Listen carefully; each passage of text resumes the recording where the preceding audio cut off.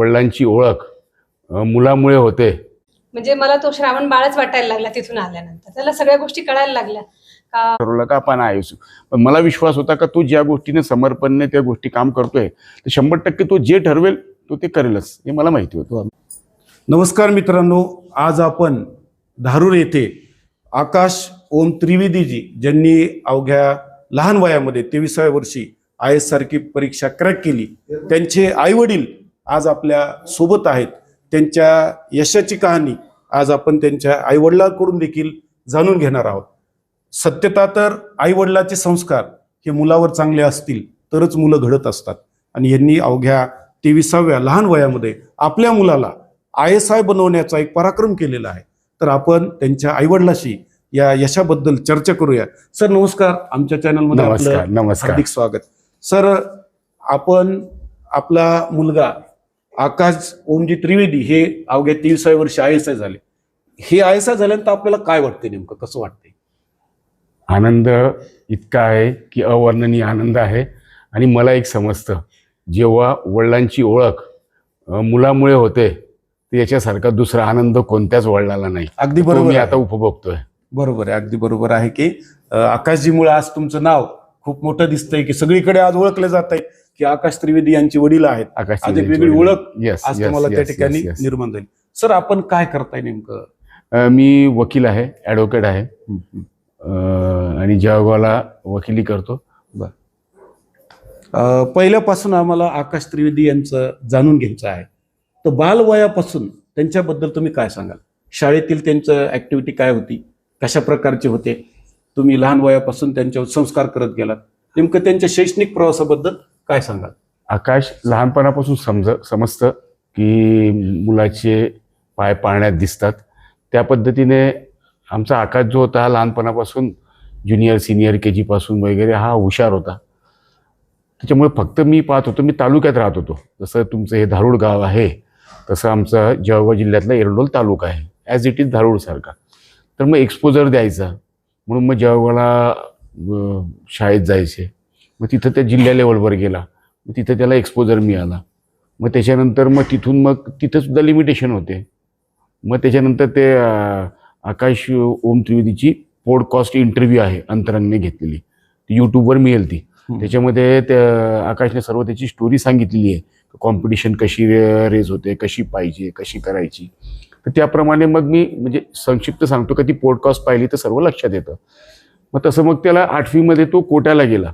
मग तेव्हा त्याने सांगितलं की आपण जेव्हा जळगाव लेवलवर असतो किंवा तालुका लेवलवर असतो तर आपण शाळेत पहिलं येतो, जिल्ह्यात पहिलं येतो किंवा ते लिमिटेशन.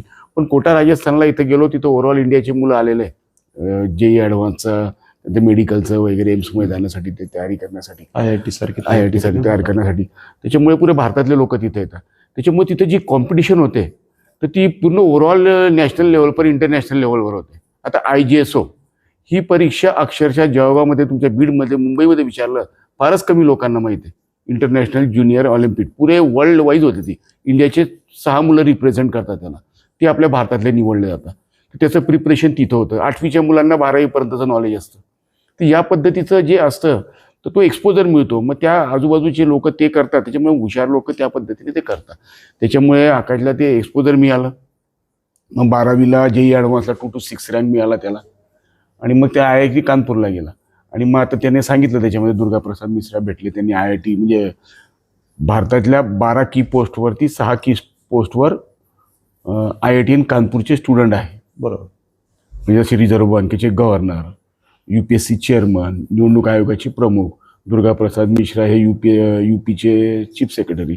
तर अशा मोठ्या की पोस्टवर राहिल्यानंतर आपल्याला पॉलिसी मेकिंग काम करता येईल, आपल्या ज्ञानाचा फायदा देशासाठी करता येईल. म्हणून मग आकाशने त्यावेळेस हा मार्ग निवडला. परंतु तुम्ही जो प्रश्न विचारला मला काय संस्कार केले काय नाही, तर म्हणजे मला म्हणजे तुम्ही विचारताय ज्या अनुषंगाने की हा समाजासाठी, नवीन पिढीसाठी मेसेज काय जायला पाहिजे का कशा पद्धतीचं, तर मी प्रत्येक पालकाला हे सांगेल की सर्व मुलं चंचल असतात आणि पालकांची या तक्रारी असतात का मुलं अभ्यास करत नाही किंवा मुलं काही करत नाही. तर मी प्रत्येकाला, माझे जवळचे नातेवाईक, मित्र वगैरे यांना हेच सांगत असतो. तर मी आनापान मेडिटेशन, मी विपश्यना केलेली 10 दिवस. तर लहान विद्यार्थ्यांसाठी आनापान असते. आनापान म्हणजे एकाग्रता येण्यासाठी श्वासावर लक्ष द्यायचं.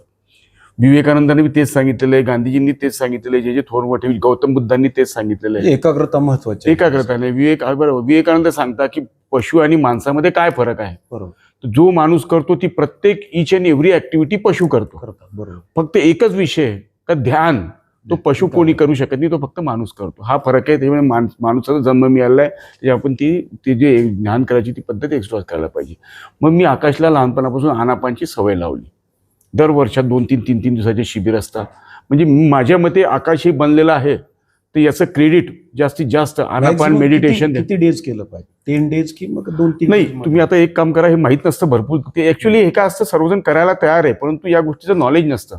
आनापान शिबिर, विपश्यना आनापान शिबिर जी युट्यूबवर टाका, विपश्यना आनापान बुकिंग, जे काही विपश्यनाचे सेंटर आहेत, उन्हाळ्याच्या सुट्ट्यात, दिवाळीच्या सुट्ट्यात 3-3 दिवसाचे शिबिर असतात 5वी 4थी 7वीच्या मुलांना. गरजेचं आहे, स्टडीसाठी गरजेचं ते गरजेचं. 3 दिवस तिथं सोडायचं मुलांना, तिथं ते फक्त ध्यान शिकवतात. ते आनापान श्वासावर लक्ष ठेवा, त्याच्याने एकाग्रता वाढते, कॉन्सन्ट्रेशन वाढतं.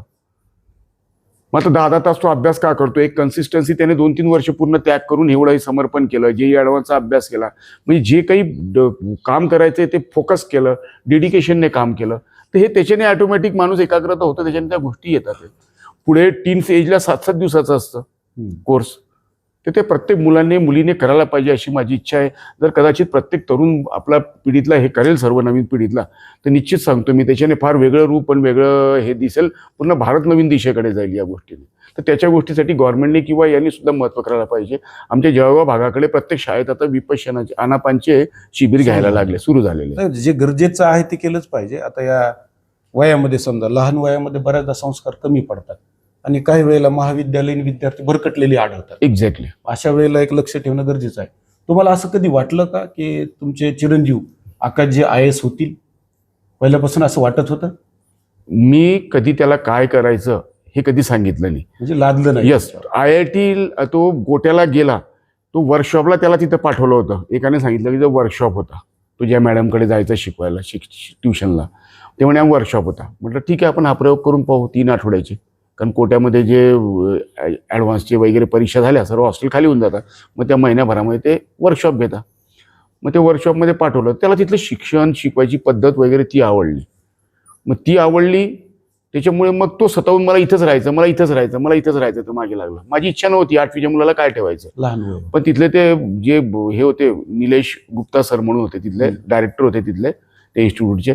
त्यांना मी सांगितलं का सर त्याला समजून सांगा की इथे राहू नको, नंतर आहे म्हणून. त्यांनी सांगितलं का तुम्ही नुकसान नका करू, लागलं 1 वर्ष मी ठेवतो, तुम्हाला प्रॉब्लेम असेल तर. त्यांनी त्यांच्या घरी 1 वर्ष त्याला ठेवलं मुलाला. आणि मग त्याच्यानंतर मग आई गेली वगैरे हे, ते मग तो हे झालं. म्हणजे लहान वयातच गेल्यामुळे त्यांना खूप त्याच्यामुळे त्याला शिकायची आवड होती. तो पॅशनेट होता शिक्षणाच्या बाबतीमध्ये. काय करायचं डेस्टिनेशन नाही, पण आपलं काम करायचं, दिवसभराचं काय असेल आपली ती परीक्षा काय ती फोकस करायचं. त्याने आता त्याच्या मुलाखतीत सांगितलं का काय मला ते करायचं. एकदा ठरलं ना का मला त्याला त्यावेळेस परत IIT सर्वात हायर एज्युकेशन म्हणून IITत जायचं. IITलाही गेलं, त्याला मोठं स्टार्टअप करू हे करू. तो IIMच्या तुमच्या अहमदाबाद IIMमध्ये बी त्याचं सिलेक्शन झालं. त्याचं त्याने डिफर केलं होतं त्याने, नंतर तो IAS झाला. मग त्याने 1 वर्ष डिफर केलं होतं. त्याच्यामुळे जितके जास्त शिक्षण घेता येईल, जे काही अभ्यास करता येईल, त्याच्यामुळे त्या हिशोबाने गेला. त्याने IASचं काही ठरवलं नव्हतं. त्याने IITच्या लास्ट इयरला होतं तेव्हा ठरवलं का आपण IAS. पण मला विश्वास होता का तो ज्या गोष्टीने समर्पणने त्या गोष्टी काम करतोय तर 100% तो जे ठरवेल तो ते करेलच, हे मला माहिती होतं. म्हणजे कॉन्फिडन्स होता. हा, ते त्याच्या आवडीनुसार केलं असा विषय. बरेचदा काय होतं, जे पालकाची अपेक्षा असते किंवा तुम्ही हुशार आहात तर तुम्ही आधी MPSC द्या, एखाद्या कुठल्या तरी एका पदावर बसा, म्हणजे तुम्ही एक फिक्स झाला. एक्झॅक्ट. आणि त्यानंतर पुढच्या परीक्षेकडे जा. बरोबर. आता आकाश जी IASची तयारी करत असताना तुम्हाला कधी भीती वाटली का की असं की होणार नाही झाले तर परत रस्ता बदलावा लागेल, असं कधी दडपण मनात आलं? एक्झॅक्टली, बिलकुल नाही. आकाश IIT झाला, त्याने मग IIMची एक्झाम दिली. ती एक्झाम त्याने क्रॅक केली. IIM अहमदाबादला त्याचा इंटरव्ह्यू वगैरे झाला. अहमदाबादला सिलेक्शन झालं. तिथं डिफर करता येतो 1 वर्ष. ते जवळ ठेवलं, 2 वर्ष ठेवलं तिथं. आकाश उलट हे सांगायचा का नाही झालं म्हणजे आता त्याचं विजन आणि हे सांगितलं तर कोणाला पटणार नाही. जर IPS झालं, IFS होता बाकीचे खालच्या रँकचे, त्यापेक्षा खाली जर समजून 100-150च्या नंतर आलं तर IFS होता, IPS होता, IRS होता. त्याचं हे निश्चित होतं की IPS वगैरे हे ते मिळालं तर मी 100% 101% करणार नाही. म्हणजे बरोबर आहे. आणि त्याने हे सांगितलं का हे जे UPSCचा अभ्यास असतो 1 वर्ष त्याने मन लावून केलं. तो उलट तो बोलला की याच्यानंतर मी जेव्हा स्टार्टअप करेल कारण तो IIT कानपूरचा विद्यार्थी CS मध्ये झालेला, त्यानंतर अहमदाबाद झालं असतं त्याचं, किंवा हायवर्ड्सला गेला असता, कुठेही गेला असता. तर मी जेव्हा स्टार्टअप उभं करेल तर मला हे सर्व तुमची काय फिलॉसॉफी, हे ते अभ्यास, देश वगैरे विजय कसे होतं, काय होतं, कसं होतं, सरकारच्या योजना कशा असतात, काय असतं, कशा करता, तर या गोष्टीची जी आयडिओलॉजी लक्षात येऊन गेलेली पूर्ण ही मला, तर ह्या ज्ञानाचा उपयोग मला तिथं होईल. बरोबर. त्याच्यामुळे त्याने एक्झाम ओरिएंटेड म्हणून काम नाही केलं त्याने, नॉलेज हे करण्यासाठी बरोबर त्या पद्धतीनेच त्या अँगलने पूर्णतः झोकून दिलं, पूर्णतः झोकून गेलं. पूर्ण मला अभ्यास नॉलेज, तर हे अभ्यास मला कामात होईल. त्याने तर अजून एक अटेम्प्ट मध्ये नाही झालं तर हे 5-5 अटेम्प्ट मला देत बसायचे नाही, कारण माझं ते टार्गेट नाही का मला IAS व्हायचं. मला देशासाठी, मानवजातीसाठी, निसर्गासाठी काम करायचं, हेच विषय. मी लहानपणाची मुलगा यशस्वी हो, मी कधीच यशस्वी हो आशीर्वाद दिलेला नाही. चांगला हो, मानवजाती, देशासाठी, पक्के आमचे वाक्य आहे दोन्हीचे. तुम्हाला त्या अभ्यासावरती, ह्याच्यावरती आणि भरपूर भरोसा होता, 100% संस्कार केला. बिलकुल. तो काही करेल हे नाही, तो काहीही करेल तर 100% चांगलंच करेल तो. राईट. म्हणजे तेवढा विश्वास होता, तेवढं कार्य होतं. आकाशजी त्रिवेदी यांची आई देखील आपल्यासोबत आहेत. तर काय सांगाल की आज आपला पुत्र खूप मोठ्या पदावर गेलाय आणि एक संपूर्ण भारत देशातील तरुणांसाठी एक आदर्श ठरलाय, तर काही क्षण तुम्ही आम्हाला काय सांगाल की तुम्ही बालपणापासून त्यांना घडवलेलं? आकाश लहानपणापासून आज्ञाधारक होता, जे सांगितलं तो ऐकायचा, चांगल्या सवयी त्याच्यामध्ये होत्या आणि त्याने त्या म्हणजे ज्या सांगितल्या त्या पण ऐकल्या. त्याच्यानंतर विपश्यना त्याने आनापांत केलंच, पण 12वी नंतर जेव्हा 12वीची IITची एक्झाम याची जी ॲडव्हान्स देऊन आलो ना आम्ही, तर त्याच्यानंतर आकाशचं एज नव्हतं तरी त्यांनी 10 दिवसाचा सोलापूरला विपश्यनाचा कोर्स केला होता आणि त्यांनी ही IASची एक्झाम देण्याच्या आधी त्याचा फायदा झाला का पुढे असं काही जाणवलं? त्याच्यामध्ये खूपच चेंजेस झाले.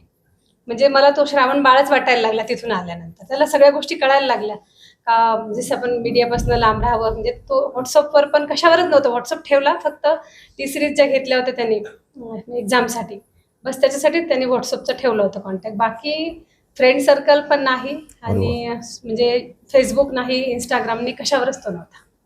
आज सोशल मीडियापासून तरुण लांब राहणं ही एक मोठं अद्भुतच वाटेल, परंतु आकाश जे अद्भुत राहिले त्यांच्या आईच्या ह्याच्यातून आपल्याला कळत आहे. एक सर्वात महत्त्वाची गोष्ट सांगतो मी, म्हणजे सर्वांना हे कळेल.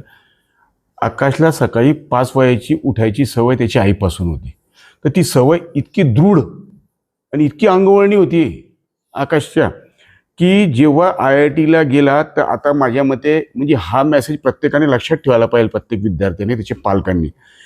एका वर्षात IITचे साधारणतः 10,000 ॲडमिशन होता पुऱ्या भारतात, सर्व IIT म्हणून. बरोबर, खूप कमी. म्हणजे first year, second year, third year, fourth year 4 वर्षाचे 40,000 IITian आता शिकत आहे. त्यांचा जर सकाळी उठण्याचा ॲव्हरेज काढला, असं काढला जाणार नाही, पण आता एक प्रत्येकाने किती वाजता उठता, 6 वाजता, 7 वाजता, जनरली कोणी 8 वाजता, तर मी निश्चितपणे सांगेल की आमचा आकाश पूर्ण भारतात नंबर 1 वर, कदाचित कोणी अपवाद असेल एखादा, कोणी मुलगा मुलगी, पण पुऱ्या 40,000 मधून पहिल्या 10 जणांमध्ये सकाळी उठण्याचा ॲव्हरेज होता त्याचा 5 ते 5:15.